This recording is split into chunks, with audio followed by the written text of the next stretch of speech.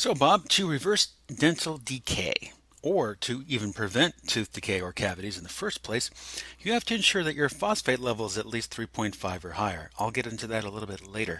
You also have to ensure you're getting certain micronutrients and macronutrients. And of course, the thing everybody does know is you have to avoid certain types of sugars. But do not worry, there are other types of sugars you can have that are completely fine for your teeth. That's correct, Bob. It is, in fact, a myth that bacterial acids are the sole cause of dental or tooth decay. The reality is, Bob, is we have a hypothalamus that is signaled under stress or under dietary indulgences that access the parotid gland. This is actually called the hypothalamus parotid gland access, and what it does is it drives the centrifugal fluid flow that actually determines whether your teeth are mineralizing or demineralizing. How it works is this: your parotid gland is signaled, it controls the parotid gland, and if everything is working properly, the parotid gland will drive the direction of fluid flow from into your bloodstream through the pulp chamber into the dentin and then through the enamel, building the foundation and structure of the teeth. On the other hand, if the parotid gland is stunned due to, say, glucose spikes or lots of stress, you actually have the opposite. You actually then have a fluid flow that is driving bacteria through the enamel, through the dentin, and then through the pulp chamber, essentially deconstructing the integrity of the teeth itself. And then the bacteria are essentially sucked through. Normally, when the fluid flow is going in its proper direction, doesn't matter how much bacteria you have on the surface of your teeth or enamel, you simply will not get cavities under normal situations. So about the structure of the teeth, first you have the hardest substances in the human body, which is of course the white enamel at the top of the tooth. Right below you have the dentin. Just beneath that you have the pulp cavity or pulp chamber, which supplies a rich network of blood vessels. This travels through the cementum or the cement, which is a thin layer that separates the jawbone and the teeth itself. And of course, this rich blood network continues down into the jawbone itself. So really the entire tooth is composed of not just the jawbone, but the cement layer, which separates that between the pulp cavity or pulp chamber, and then right above that you have the dentin, and then there's the enamel. So all of this is necessary, and when a dentist goes ahead and removes things, they often leave a lot of things behind which are pretty important for the human body.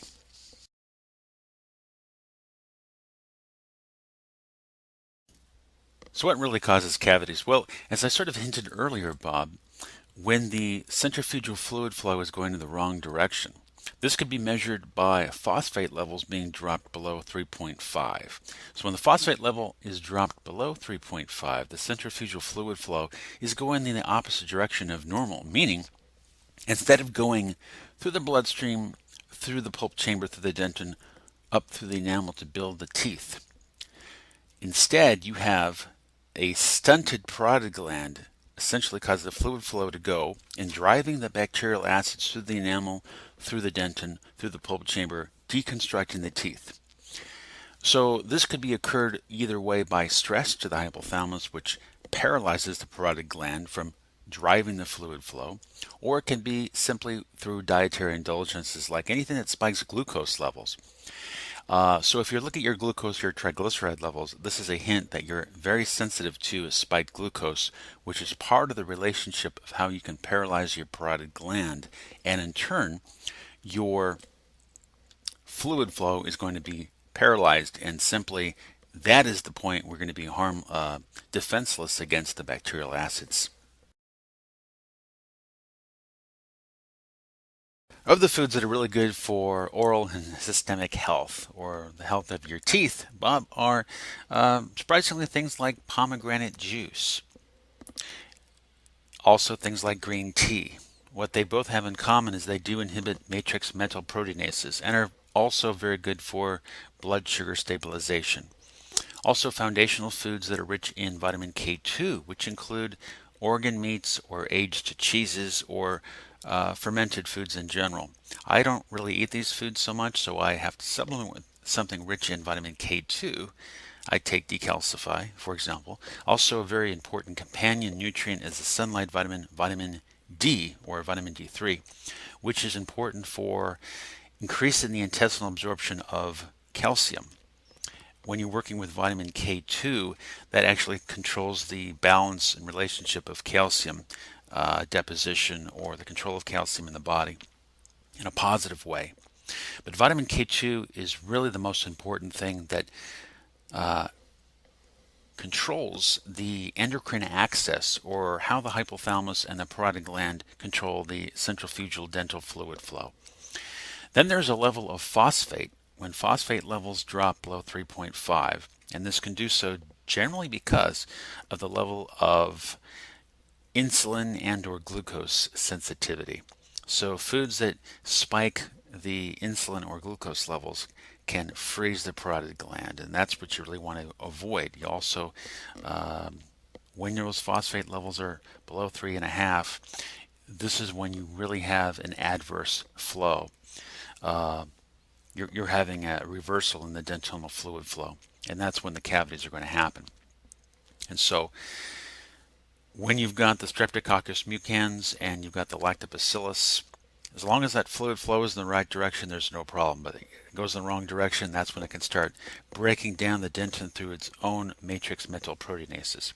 So again, now I should mention the foods that are that have fructose, such as fruit sugar or things with corn syrup, really not so bad because there's a negligible effect on glucose levels with these foods. But foods that spike insulin, such as grain foods or white sugar, those are the foods you really need to avoid.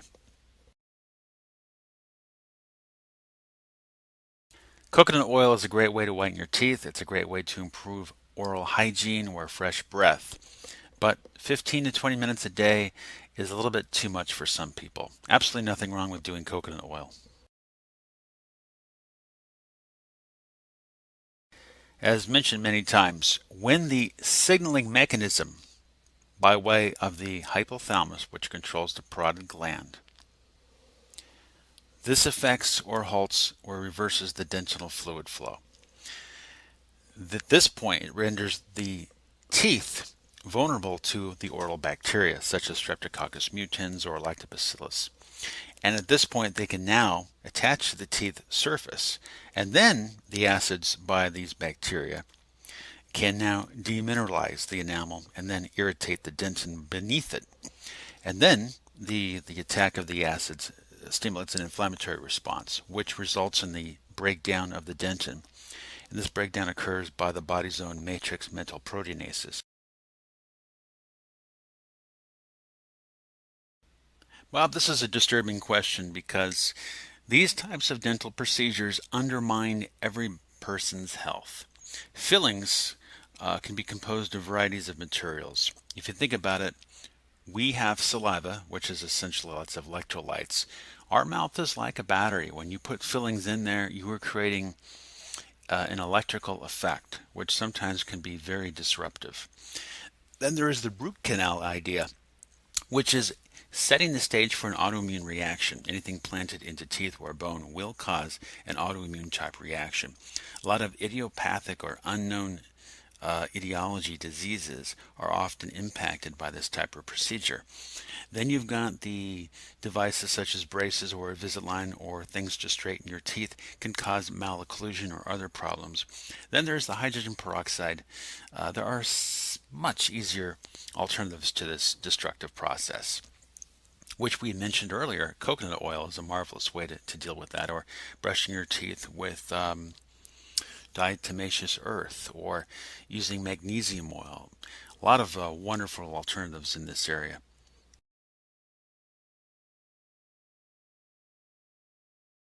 Number one recommendation, Bob, would be to really avoid as much grain consumption as you can. I would make an exception to sourdough bread, which does have a bacillus enzyme which reduces the gluten load, or maybe a little bit of oatmeal might be okay in small amounts.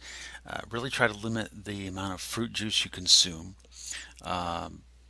Pomegranate juice would be one exception because it does inhibit matrix metalproteinases and helps restore the health to the gums as well. Foods that are rich in vitamin A, vitamin D, Vitamin K2, as I had mentioned earlier. You might want to look into high quality dairy products if you can consume them, preferably A2 beta casein as opposed to A1, which is more allergic. And you look into if you can tolerate seafoods, very good, rich of minerals. Foods that are rich in phosphorus. Pay close attention to increasing your intake of silica or silicon. This is just as important as calcium.